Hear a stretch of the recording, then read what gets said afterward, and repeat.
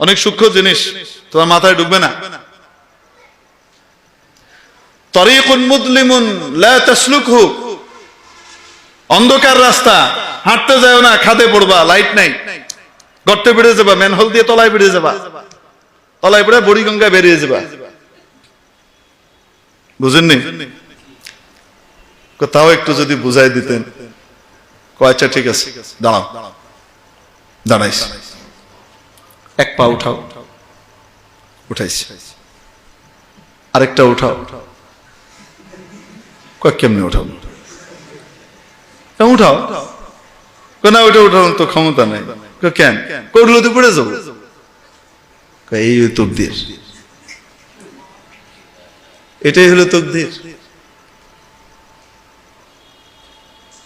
আল্লাহ তাবারাক ওয়া তাআলা বান্দিকে জান্নাতের রাস্তা জাহান্নামের রাস্তা পরিষ্কার করে দেখিয়ে দিয়েছেন, সাফ দেখিয়ে দিয়েছেন, ক্ষমতা দিয়ে দিয়েছেন, এখতিয়ার আর নির্বাচনের ক্ষমতা দিয়ে দিয়েছেন। তুমি যেটা ইচ্ছা নির্বাচন করতে পারো, তোমাকে এখতিয়ার দিয়ে দিলাম, তবে তুমি কি করবা এটা আমার জানা আছে, আমি তোমাকে বাধ্য করছি না। এখতিয়ার দিয়ে দিয়েছেন, ক্ষমতা দিয়েছেন।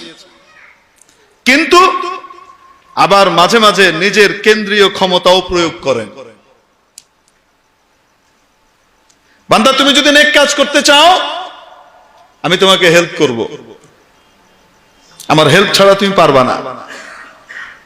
আর যদি তুমি মন্দ কাজ করতে চাও, আমার ক্ষমতা আছে বাধা দেওয়ার, কিন্তু আমি বাধা দিব না। কারণ পরীক্ষার হল, তুমি উল্টা লিখতেছো, পরীক্ষক বলবে না উল্টা কেন লেখো, বলেন না কেন, তোমার এখতিয়ার। কিন্তু আল্লাহ তাবারাক ওয়া তাআলা ক্ষমতা রাখেন কি রাখেন না? বাধা দেওয়ার ক্ষমতা রাখেন কি রাখেন না? মাঝে মাঝে এটা প্রয়োগ করে দেখান যে আমি ক্ষমতা রাখি।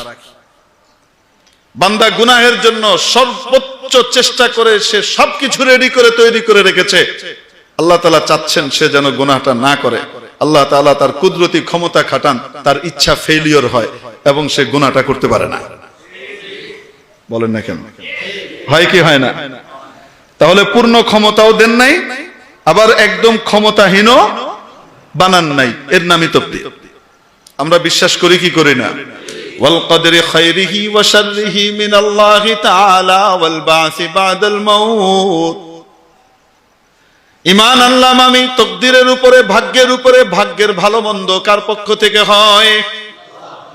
আমি ওনার ক্ষমতার কাছে আত্মসমর্পণকারী হিসেবে নিজের স্বীকৃতি দিলাম।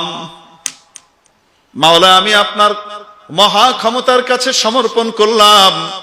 মাওলা, আপনি দয়া করে আমাকে জান্নাতের পথের পথিক বানান, জাহান্নামের পথ থেকে বাঁচিয়ে দেন।